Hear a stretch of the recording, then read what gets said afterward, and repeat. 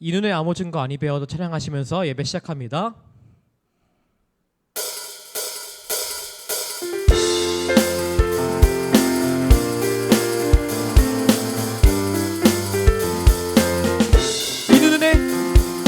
이 눈에 아무 증거 아니 배워도 믿음만을 가지고서 늘 걸으며 이 귀에 아무 소리 아니 들려도 하나님의 약속 위에 서리라.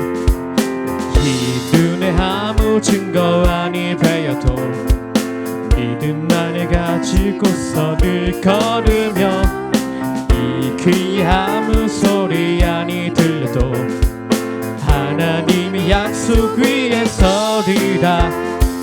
걸어가세 믿음 위에 서서 나가세 의심 버리고 걸어가세 믿음 위에 서서 눈과 귀에 아무 증거 없어도 2절 이 눈에 보기에는 어떠하든지 이미 얻은 증거대로 늘 믿으며 이 맘에 의심 없이 살아갈 때에 우리 소원 주 안에서 이루리.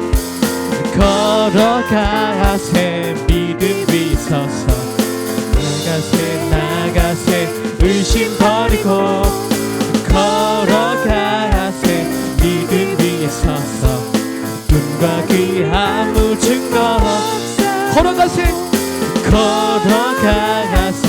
믿음 위에 서서 나가세 의심 버리고 걸어가세 믿음 위에 서서 눈과 귀에 아무 증거 우리 목소리를 부어서 거룩함을 두고 맹세하 주 하나님 아버지는 참 이쁘다.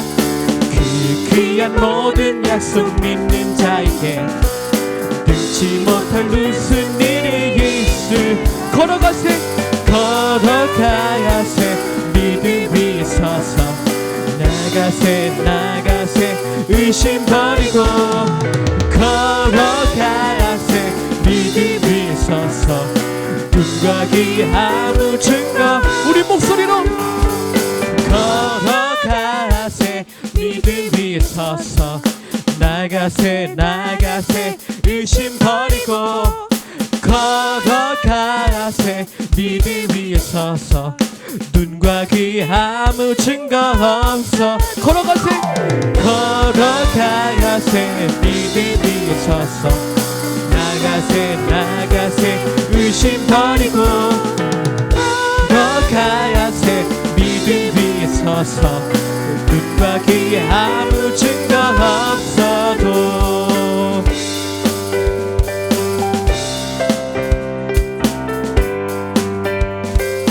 주님 약속하신 말씀 위에서 영원토록 주를 찬송하리라.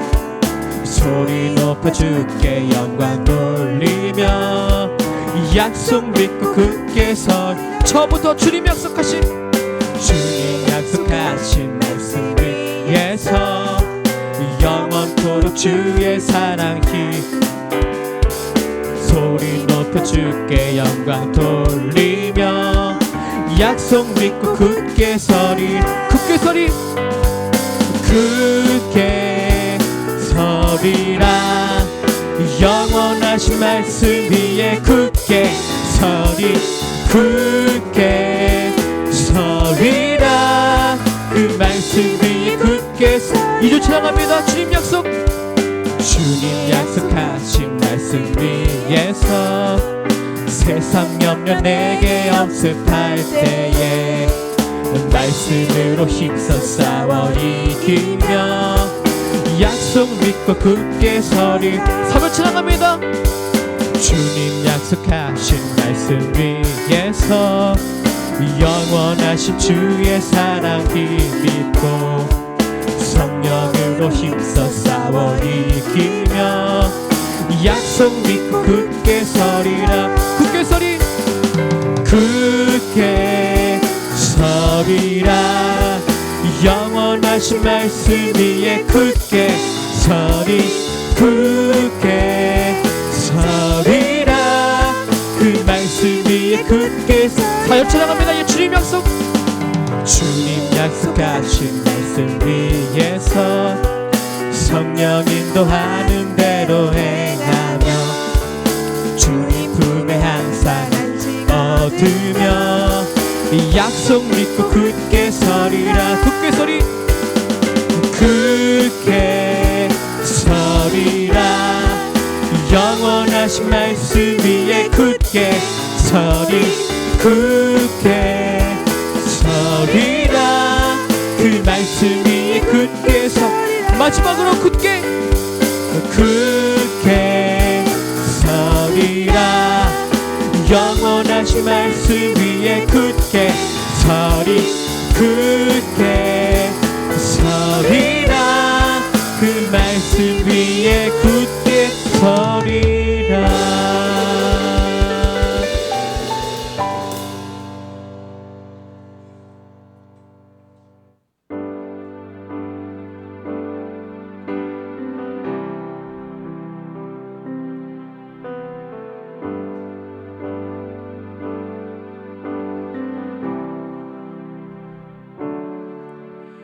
영원한 사귐에 날 초대하시네. 주님을 누리며 사는 것,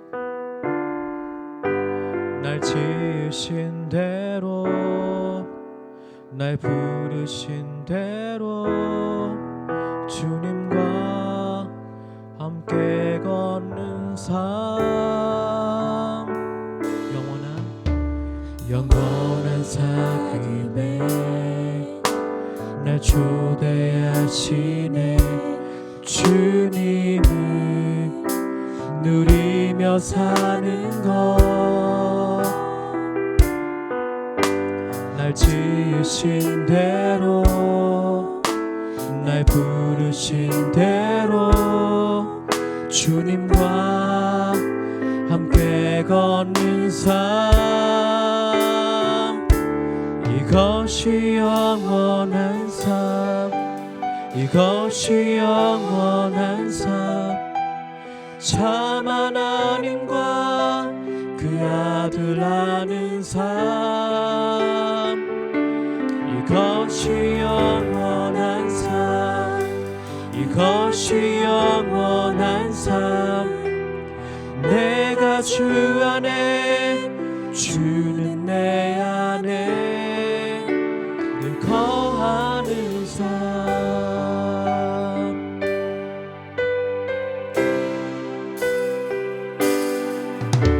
영원한 사귐에 날 초대하시네.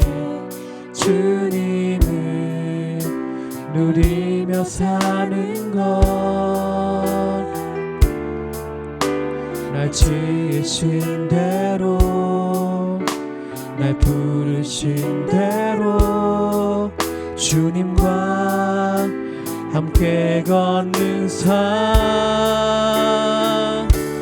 이것이 영원한 삶, 이것이 영원한 삶. 참 하나님과 그 아들 아는 삶. 이것이 영원한 삶, 이것이 영원한 삶. 내가 주 안에 주는 내 안에 이것이 영원한 삶, 이것이 영원한 삶. 참 하나님과 그 아들 아는 삶. 이것이 영원한 삶, 이것이 영원한 삶. 내가 주 안에 주는 내 안에. 우리 마지막으로 이것이 영원한 삶, 이것이 영원한 삶. 참 하나님과 그 아들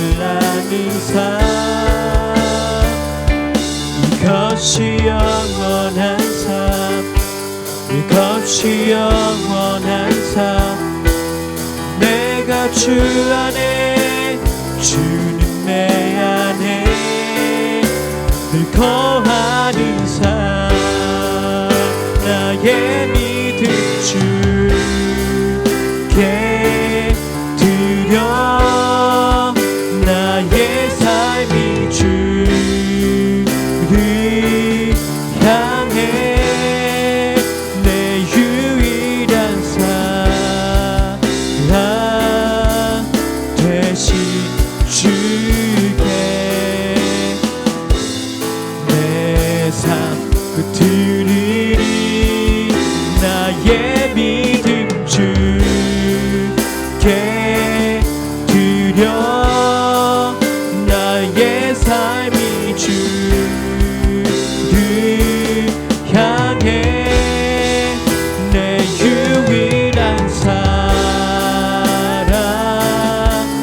되신 주께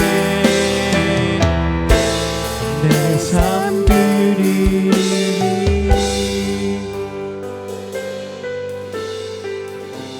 이 시간 우리가 우리의 마음을 놓고 같이 기도했으면 좋겠습니다. 오직 우리의 유일한 사랑 되시고 유일한 소망 되신 주님을 노래하기 원합니다. 하나님 그 사귐에 우리가 들어가게 하시고 우리가 하나님과의 사귐이 무엇인지를 깨달아 아는 저희가 될 수 있도록 인도하여 주시옵소서. 이것만이 영원한 삶이고 이것만이 우리가 참 행복과 참 평안을 누리는 삶인 줄 믿습니다. 참 여러 가지 어려운 걸로 어려운 상황 가운데 우리의 마음이 쉽게 어질러지고 쉽게 넘어지기 쉬운데 주님께서 우리의 유일한 소망 되심을 믿으며 나아갈 수 있는 저희가 되게 해달라고 우리가 이렇게 기도하면서 예배를 준비하며 나갔으면 좋겠습니다. 기도하겠습니다. 주님 하나님 우리가 주님의 유일한 소망 되시기 원합니다. 하나님 주님이 우리의 유일한 소망 되시기 원합니다. 하나님이 복잡한 시절 가운데 우리가 참 우리의 마음을 집중하기 어려운 시기 가운데 하나님 우리가 주님 우리의 마음을 중심을 주님께 두게 해주시고 주님이 우리의 역사하심을 오늘의 주님의 역사하심을 알게 할 수 있도록 인도하여 주시옵소서. 주님 우리의 마음 붙잡아 주시옵소서. 우리의 마음을 주님이 역사하여 주시옵소서. 우리의 마음 가운데 역사하여 주시옵소서. 우리의 마음을 주님이 역사하심을 우리 수 있도록 인도하여 주시옵소서. 하나님 우리의 삶 가운데 우리 깊숙이 역사하시는 깊숙이 만나기 원하시는 주님의 사랑 우리가 볼 수 있도록 인도하여 주시옵소서. 하나님 우리의 마음을 주님 부여잡아 주시고 만져주시고 새롭게 하여 주시옵소서. 우리 마음 가운데 불안이 아니라 평화를 지나오신 주님께 나아갈 수 있도록 주옵소서.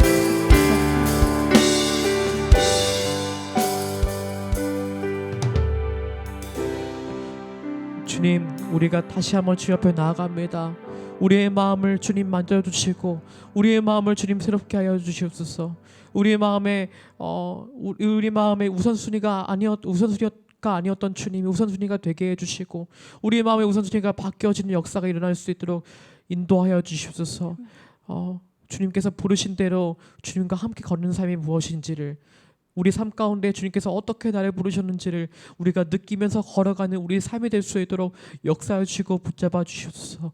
감사합니다. 예수님의 이름으로 기도합니다. 아멘. 사도신경하겠습니다. 나는 전능하신 아버지 하나님 천지의 창조주를 믿습니다. 나는 그의 유일하신 아들 우리 주 예수 그리스도를 믿습니다. 그는 성령으로 잉태되어 동정녀 마리아에게 나시고 본디오 빌라도에게 고난을 받아 십자가에 못 박혀 죽으시고 장사된 지 4일 만에 죽은 자 가운데서 다시 살아나셨으며 하늘에 오르시어 전능하신 아버지 하나님 우편에 앉아 계시다가 거기로부터 살아있는 자와 죽은 자를 심판하러 오십니다. 나는 성령을 믿으며 거룩한 공교회와 성도의 교제와 죄를 용서받는 것과 몸의 부활과 영생을 믿습니다. 아멘.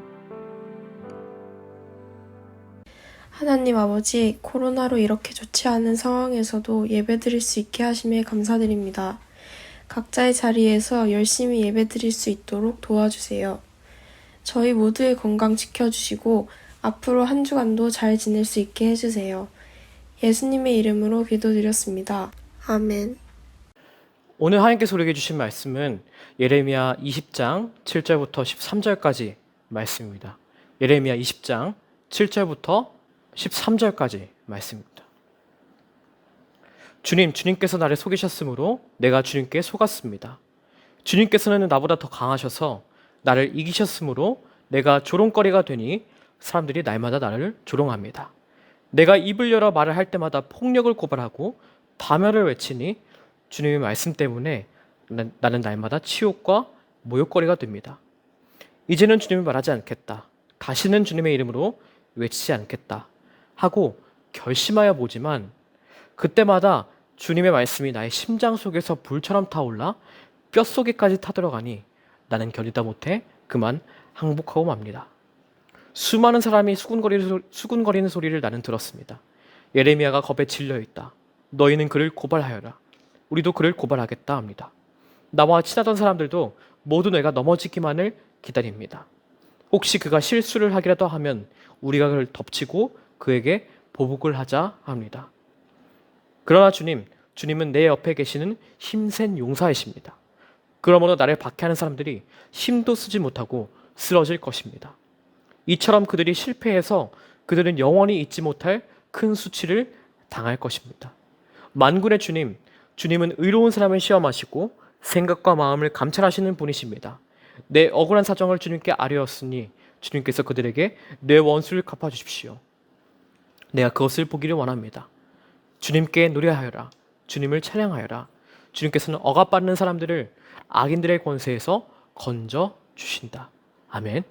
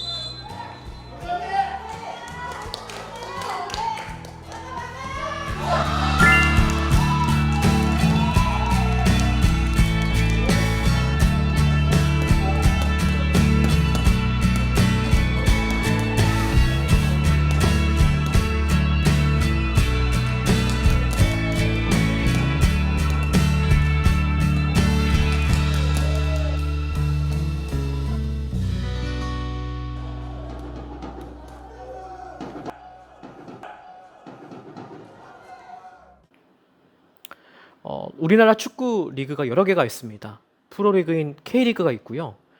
그리고 그 밑에 2부 리그인 내셔널 리그가 있고 또 그 밑에 K3라고 부르는 3부 리그가 또 있습니다. 근데 이 3부 리그도 두 가지로 나뉘게 되는데 상위 팀들이 모이는 어드밴스드 리그가 있고 하위 팀들이 모이는 베이직 리그가 있는데 방금 영상에서 본 고양 시민 축구단은 이제 그 밑에 베이징 리그 팀 중에서도 당시에 하위권에 속해 있던 팀이었어요. 그 와중에 또 그마저도 올해는 강등을 당해서 지금 K4 리그에 위치하고 있는 팀이죠.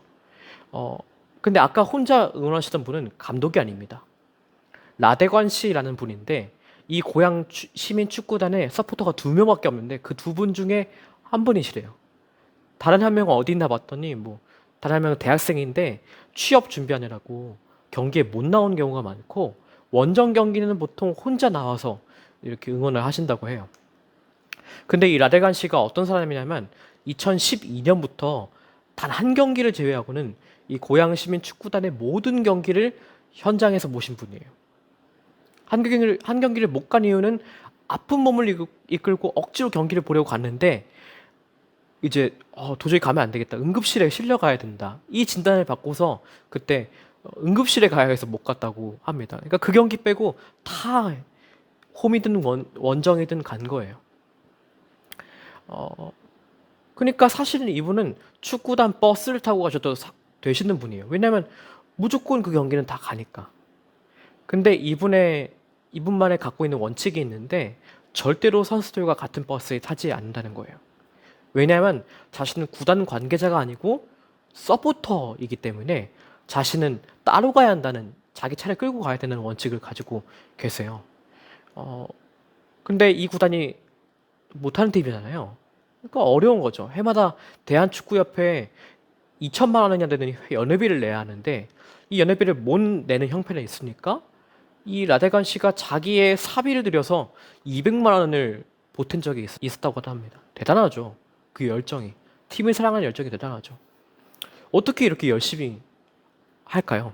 근데 왜 하필이면 잘한 팀도 있을 거 아니에요. 잘 나가고 K리그 중에서 잘 나가는 팀이 있을 거 아니에요. 근데 왜 하필 못하는 팀, 잘 못하는 팀에 자기 돈을 써가면서 그렇게 따라다닐까요? 이분이 인터뷰를 한 적이 있었는데 이렇게 물어봤다고 합니다. 왜 하필 고양 시민 축구단을 응원하시나요? 이렇게 물어보니까 이분의 대답이 아주 단순해요. 내가 고양 시민이니까. 내가 고양 사람이니까. 이렇게 대답했다고 합니다. 고양 사람이니까 고양 축구단을 응원하는 건 너무 당연한 일이라고 그렇게 이야기를 하게 됐습니다.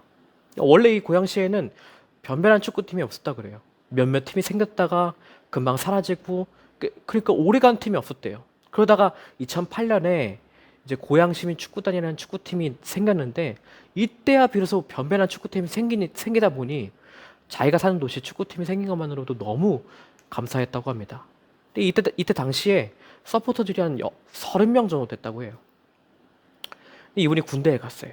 그러다가 군대에 다시 돌아왔고 이 고양시민 축구단을 응원하려고 축구장에 와봤더니 서포터들이 글쎄 한 명도 없는 거예요.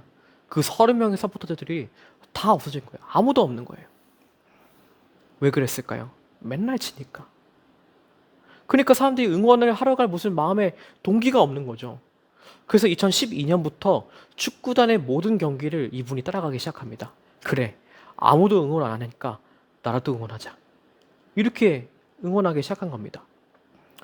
여러분, 사람이 이 정도로 움직이는 거면 괜히 움직이는 게 아닙니다. 이 사람 안에 이렇게 움직이게 할 만한 힘이 있는 것이죠.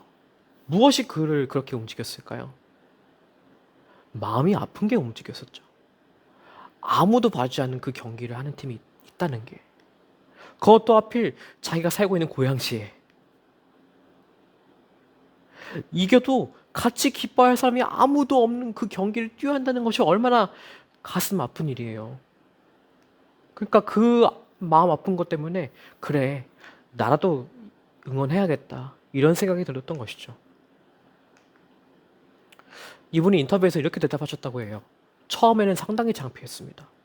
행여 동네에서 아는 사람들이 제 모습을 볼까봐 신경이 쓰였습니다. 온전한 정신에 혼자 그렇게 북을 치며 응원하기란 쉽지 않을 테니까요. 그러나 단 한 번도 그만두고 싶었던 적이 없었습니다.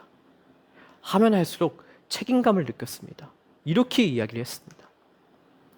우리가 아까 봤던 영상은 작년 5월에 있었던 영상인데 7연패 끝에 1승을 거두었다고 해요. 그리고 그 시즌에 그것이 첫 번째 승리였고 작년 최종 성적은 4승 2무 15패. 7팀 중에서 6위. 그러나 이 라데간 씨는 팀의 성적이 나쁘다고 누굴 탓하거나 낙심하지 않아요. 그저 더 큰 소리로 북을 치고 응원하는 게 이분이 하시는 일인 거예요. 이 한 명의 서포터 라데간 씨, 이 라데간 씨의 모습을 보면서 왜 우리의 말씀의 주인공 예레미야가 떠오르는 걸까요? 오늘 본문의 예레미야는 남유다의 멸망을 앞둔 때의 하나님의 마지막 서포터였습니다. 예레미야는 남유다의 운명을 함께한 예언자였어요. 요시야 왕 때부터, 그러니까 청년 때부터 시작해서 멸망까지 이 40년을 넘는 세월 동안 이 남유다 안에서 예언을 했습니다. 굉장히 긴 시간 동안 예언을 한 거죠. 예언자로서 활동을 한 거죠. 근데 그게 결코 쉬운 일이 아니었습니다. 그동안 수모도 많이 겪었고 고난도 많이 당했어요. 근데 예레미야에게서 어떻게 이런 힘이 나왔을까요? 저는 놀랍다는 생각이 들어요. 오늘 이 예레미야에게 예레미야를 40년 동안 이 주의 말씀을 전하게 했던 그 힘이 어디서 나왔는지를 오늘 말씀을 통해서 같이 보려고 합니다. 오늘 읽지 않았지만 오늘 20장 앞부분에 보면 바술이라는 인물이 나와요. 이 바술이라는 인물은 제사장이면서 당시 성전의 총감독을 했던 인물이라고 성경에서 기록하고 있어요. 고위 성직자죠. 근데 예레미야는 정반대되는 사람이었는데 이 바술이 했던 이야기는 평안과 평화였어요. 하나님께서 지켜주실 거니까 우리 남다가 비록 지금 어렵지만 하나님께서 지켜주실 거야.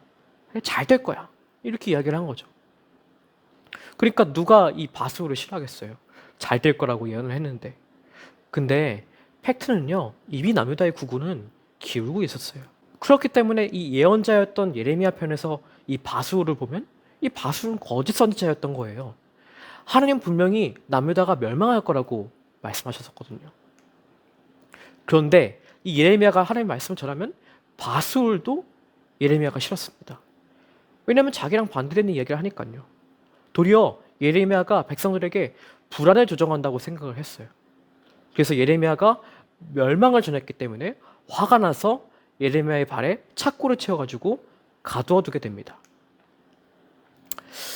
거짓 선지자는 성전의 가장 높은 곳에 올라가 있어요.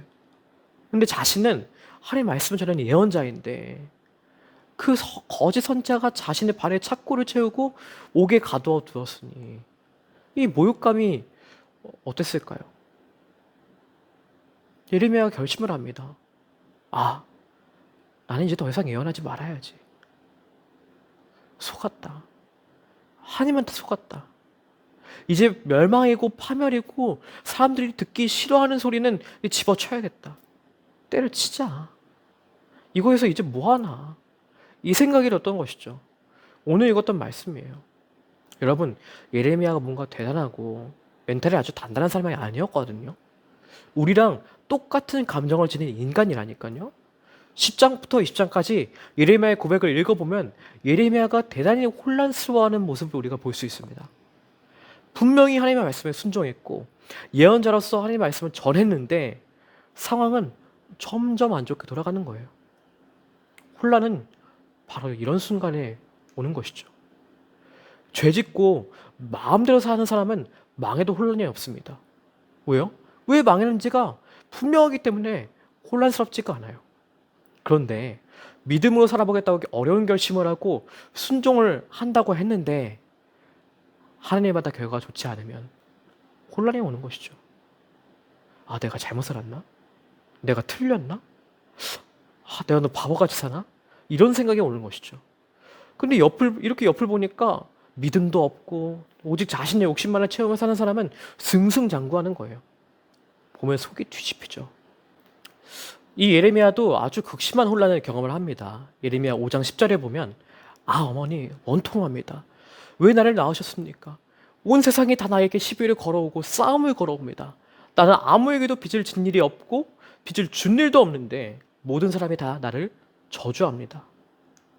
예레미야 20장 17절에 보면 내가 모태에서 죽어 어머니가 나의 무덤이 되었어야 했는데 내가 영원히 모태 속에 있었어야 했는데 뭐예요? 자신의 삶을 저주합니다. 예레미야 선지자가 그 마음으로서 느꼈던 혼돈과 갈등이 어떤 정도였는지를 짐작할 만한 말씀이죠. 근데 이런 예레미야에서 뒷부분, 예레미야가 그 사역이 오래가면 오래갈수록 이런 위기나 고민들에 대한 고백이 사라집니다. 이런 고백들을 찾아보기가 힘들어요. 예레미야는 어떻게 이 영적인 위기를 극복했을까요?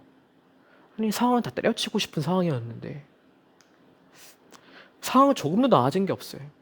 예레미야의 상황은 뒤로 가면 갈수록 점점 더 어려워졌으니까요. 바벨론 함락 직전에는 구덩이에 던져졌습니다. 그런데 그때 예레미야는 오히려 하나님의 소망을 본 사람이 되었습니다. 무엇이 예레미야를 그렇게 바꾸어 놓았을까요? 그것은 예레미야에게 한 가지가 부어졌기 때문입니다. 그게 오늘 말씀 읽었던 20장 9절 말씀입니다. 이제는 주님이 말하지 않겠다. 다시는 주님의 이름으로 외치지 않겠다 하고 결심하여 보지만 그때마다 주님의 말씀이 나의 심장 속에서 불처럼 타올라 뼛속에까지 타들어가니 나는 견디다 못해 그만 항복하고 맙니다. 여러분, 예레미야한테 어떤 일이 일어났나요? 하나님의 마음이 예레미야에게 부어진 거예요. 예레미야가 깨달은 하나님의 마음은 도대체 무엇일까요? 여러분, 예레미야에게 선포하게 하신 것은 유다의 멸망이었습니다. 유다가 옆나라 강대국 바벨론에게 짓밟혀 사라질 것이라고 하나님께서 말씀하셨어요. 사람들은 그 이야기를 들으면 하나님의 마음이 분노라고 생각을 했죠. 그러나 예레미야는 그 하나님의 마음이 분노가 아니라 슬픔이라는 것을 알았어요. 예레미야 12장 7절에 보면 나는 내 집을 버렸다. 내 소유를 택한 내 백성을 포기하였다.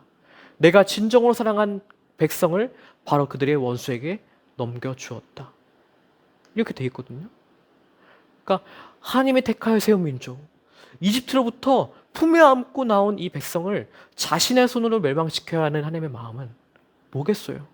분노가 아니라 슬픔이었던 것이죠. 여러분, 하나님이 한 나라가 아니라 세상을 멸망시켰던 일이 있었습니다.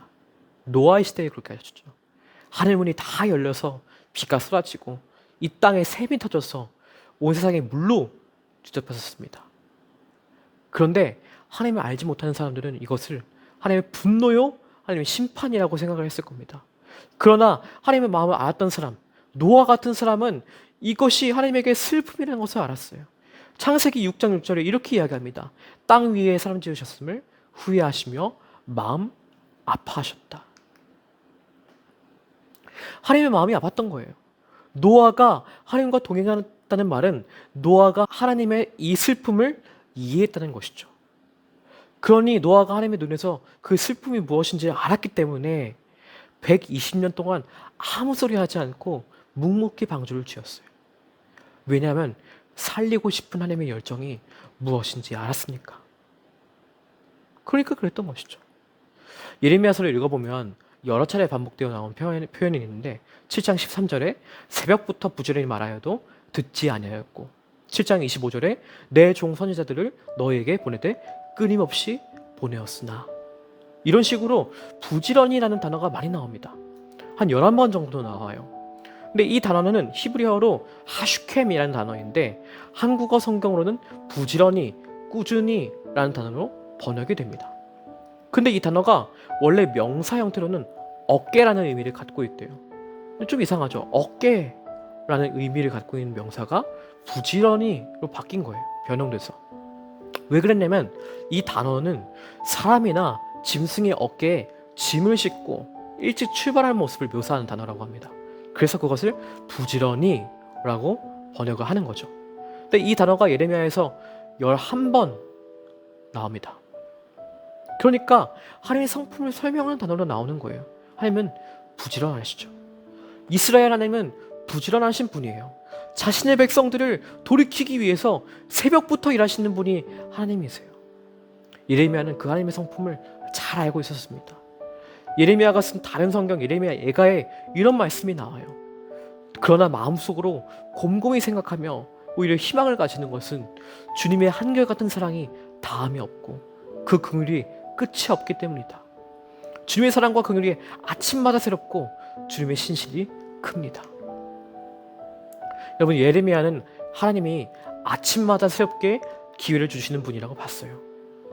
그분의 부지런함이 아침마다 이 죄 많은 백성에게 아침마다 은혜를 베푸시고 새롭게 시작할 수 있는 기회를 주시는 분이라고 그가 알았던 것이죠. 예레미야는 하나님이 어떠한 분인지 그 마음이 어떠한 것인지에 대해서 너무나도 분명히 잘 알고 있었습니다. 예레미야 예가 3장 32절 33절에서는 이렇게 나와요. 주님께서 우리를 근심하게 하셨도 그 크신 사랑으로 우리를 불쌍히 여기신다.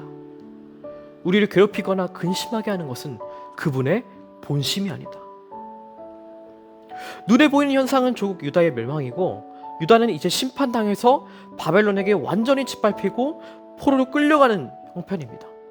근데 예레미야는 그런 상황을 목전에 두고서 눈앞에 보면서도 하나님의 본심이 아니다 이것은. 인간 인생으로 고생하게 하시는 것은 하나님의 본심이 아니다. 하나님의 본심은 자비와 긍휼하며 부지런히 되돌아오기를 바라시는 것이 하나님의 마음이다 라는 것을 알았던 것이죠. 그가 이것을 깨달아 알고 나니까 하나님처럼 생각하게 되었다는 거예요. 예레미야 25장 32절은 이렇게 이야기합니다. 오늘에 이르기까지 23년 동안 주님께서 나에게 계속하여 말씀하셨고 나는 그것을 여러분에게 부지런히 전하였으나. 하나님이 부지런히 말씀하신 것처럼 자기도 부지런히 했다는 거예요. 여러분, 하나님의 본심, 하나님의 마음, 하나님의 성실, 하나님의 은혜를 깨달아 아는 것이 예레미야에게는 소명이 되었습니다. 그냥 자신의 일이었다면, 그냥 자기 일이었다면, 잘 안 되면 힘들면, 잘 안 되고 힘들면 그만하자. 한 대까지 했다. 때려치자. 안 되는데 뭐 더 이상 어떻게 하냐. 이런 생각했을지 몰라요. 근데 예레미야가 하나님의 마음이 무엇인지 너무 분명히 깨닫고 나니까 그만둘 수가 없는 거예요. 멈출 수가 없는 거예요. 이것을 비전이라고 합니다. 여러분, 이렇게 하나님의 마음이 깨달아지는 일은 예레미야 같이 아주 특별한 상황에 내몰린 사역자에게만 일어나는 일이 아닙니다. 성경을 보면 예레미야의 시대처럼 아주 깜깜하고 앞이 보이지 않았던 시대가 또 있었습니다. 그 시대를 우리는 사사시대라고 불러요. 그 사사시대의 끝 무렵 정말 사람들이 자기 소견에 옳은 대로 살아서 이 세상이 무법천지가 되었던 그 시기에 하나님의 이상이 희귀하여서 그 음성을 들을 수 없었던 그때 한 여인이 있었습니다. 이 여인은 대단한 기도를 하는 사람이 아니었어요. 이분의 기도 제목은 오로지 한 가지였습니다. 자식이 없어서 아들 하나만 낳게 해주세요. 이것이 그의 유일한 기도 제목이었어요. 자신의 문제를 위해서 평범하게 기도하는 그저 그런 여자였죠. 중요한 것은 그가 성전에 나와서 기도했다는 거예요. 그런데 성경에 정확히 나오지 않지만 말씀의 맥락을 자세히 읽어보면 이런 일이 일어났던 것 같아요. 이 여인이 기도하던 중에 갑자기 이런 생각이 들기 시작합니다. 나만 자식이 없는 줄 알았는데 하나님도 자식이 없었구나. 모두가 자기 옳은 대로 쫓아가는 삶을 살고 하나님 말씀대로 사는 사람은 다 한 명도 없구나. 나만 자식이 없는 줄 알았는데 우리 하나님도 자식이 없었구나. 그래서 덜컥 이렇게 기도하게 됩니다. 하나님, 만약 자식을 낳게 되면 이 아이는 주님의 아이입니다. 주님의 아이가 되게 해주세요. 하고 이렇게 기도하게 됩니다. 이 여인이 누구인지 아세요? 한나입니다. 그리고 그 한나가 낳은 아이 사무엘은 젖될 무렵에 성전에 올라가 살게 됩니다. 여러분, 이 하나님의 마음을 깨달아 고백했던 한 여인, 이 한나의 고백 정말 별거 아닌 것처럼 보이죠. 근데 이 한나를 통해서 무법천지였던 사사시대에 변화가 생기기 시작합니다. 아무도 하나님의 음성에 귀 기울이지 않던 그때 한나의 아들 사무엘이 귀를 기울이기 시작합니다. 그때부터 이 이스라엘의 역사는 하나님의 음성에 귀를 기울인 사람으로부터 출발하는 역사가 되기 시작해요. 무법천지였던 시대에 변화가 생기기 시작하는 겁니다. 여러분, 고향시민 축구단의 하나뿐인 서포터 라데관 씨, 예레미야, 그리고 한나, 이 세 명의 공통점이 뭔지 아세요? 아무도 없으니까 나라도 한다, 이거죠. 아무도 없으니까, 아무도 안 하니까, 하나님 마음이 슬픈 건 알겠는데 아무도 아는 사람이 없으니까 주님, 저라도 합니다. 우리가 하나님의 소명을 붙들고 산다는 것은 하나님의 마음을 깨달아 아는 것이죠. 그 슬픔이 무엇인지를 깨달아 아는 것이죠. 아무도 없으면 그래, 나라도 거기 서 있어야지 라고 마음을 정하는 것이죠. 여러분, 코로나가 우리의 삶을 더 균형 잡히게 만들었나요? 아니면 더 나태하게 만들었나요? 우리의 삶은 하나님의 마음과 더 가까워져 있나요? 아니면 더 멀어져 있나요? 하나님의 마음과 상관없이 살아가고 있었다면 다시 이 예레미야 이야기를 한번 읽어보세요. 그리고 다시 생각해보세요. 그래, 하나님의 마음을 깨달아 아는 삶, 그걸 살아야겠구나. 야, 빠박하게 왜 그렇게 살아? 조금 편하게 살아. 내 안에 자꾸 일어나는 이 마음에서 거슬러 가서 하나님의 마음은 도대체 어디 있는지, 그래, 지금 아무도 하나님의 마음을 구하지 않으니 나라도 구해야겠다. 나라도 그 마음을 구해야겠다. 이 마음이 저와 여러분의 마음이 되길 기도합니다. 낙심할 때 있죠. 그렇게 구하다가 좌절할 때 있죠. 근데 그때마다 주님의 마음이 나의 마음 속에서 불처럼 타올라서, 아, 주님, 제가 주님의 마음 품겠습니다. 그 마음에 항복하게 되는, 주님, 제가 그 자리에 다시 서겠습니다. 저의 삶을 통해서 일해 주세요. 역사해 주세요. 라고 고백하게 되는 저와 여러분 되기를 간절히 기도합니다.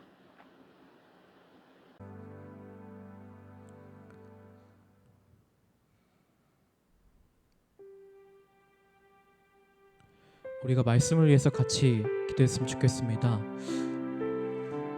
여러분, 예레미야는 하나님의 마음을 너무도 분명히 잘 아는 사람이었고 그 하나님의 마음을 붙들고 산 사람입니다. 예레미야에게 하나님의 마음이라는 것은 하나님의 성실이고 그 어그러지고 거스르는 백성들을 다시금 하나님께로 돌이키게 한 하나님의 열심이었습니다. 여러분, 우리에게도 그런 마음이 있나요? 예레미야 시대에 하나님을 찾는 사람이 아무도 없어서, 하나님을 구하는 사람이 아무도 없어서 예레미야가 그래, 나라도 하나님께 서 있어야겠다, 나라도 그 한 명의 서포터가 돼야겠다 라고 하나님 앞에 나아갔던 예레미야처럼 우리가 주님의 서포터가, 우리의 삶의 한복판에서 하나님의 서포터가 되기 원합니다. 하나님의 마음 푸는 사람 되기 원합니다. 우리가 코로나로 인해서 우리의 마음이 나태해질 수도 있고 우리의 마음이 더 또 혼란스럽고 분주했을 수도 있습니다. 근데 그 상황 가운데서 우리가 하나님의 마음을 구해보는 거예요. 그리고 하나님의 유일한 서포터가 되기를 바랍니다. 이런 마음의 고백을 가지고 같이 기도하며 나아갔으면 좋겠습니다. 주님의 마음을 부어주시옵소서. 주님, 우리 마음 가운데 하나님의 마음을 부어주시옵소서. 우리가 이렇게 같이 기도하면서 나아갔으면 좋겠습니다. 기도하겠습니다.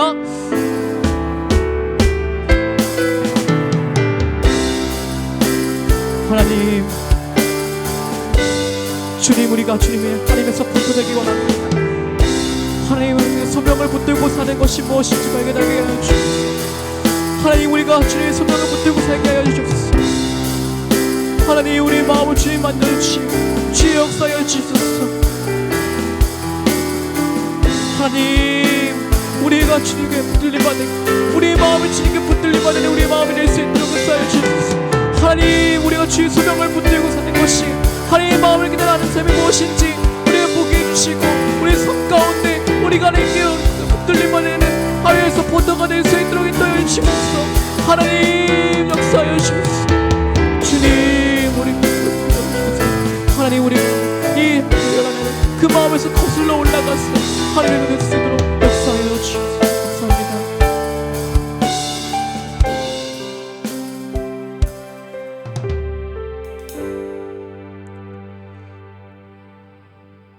참 좋으신 주님 감사합니다. 하나님, 우리가 하나님의 그 하나뿐인 서포터 되기 원합니다. 다른 사람들이 어떠하든지 간에, 내 주위가 어떠하든지 간에, 내 주변이 어떠하든지 간에 오히려 그것이 나에게 힘이 되어서, 오히려 그것이 나에게 동기가 되어서, 그래, 내가 이 자리 가운데서 오로지 하나님 한 분만을 바라본다 라는 그 마음의 각오와 그 마음의 중심이 될 수 있도록 역사하여 주시옵소서.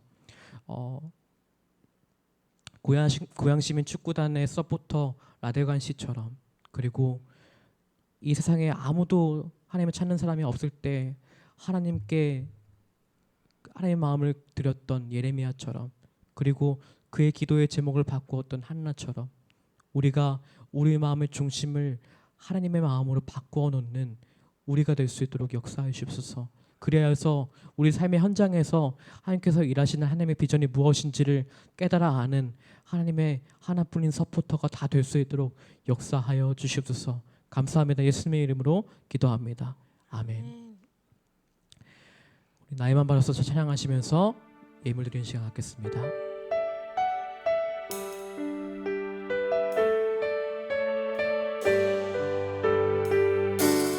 나의 맘 받으소서. 오셔서 주님의 저소 삼으소서. 나의 전부이신 주여 내 맘을 받아주소서. 나의 맘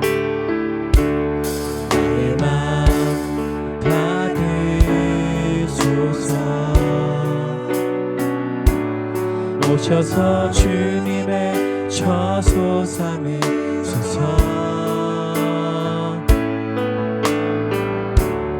나의 전부이신 주여 내 맘을 받아주소서.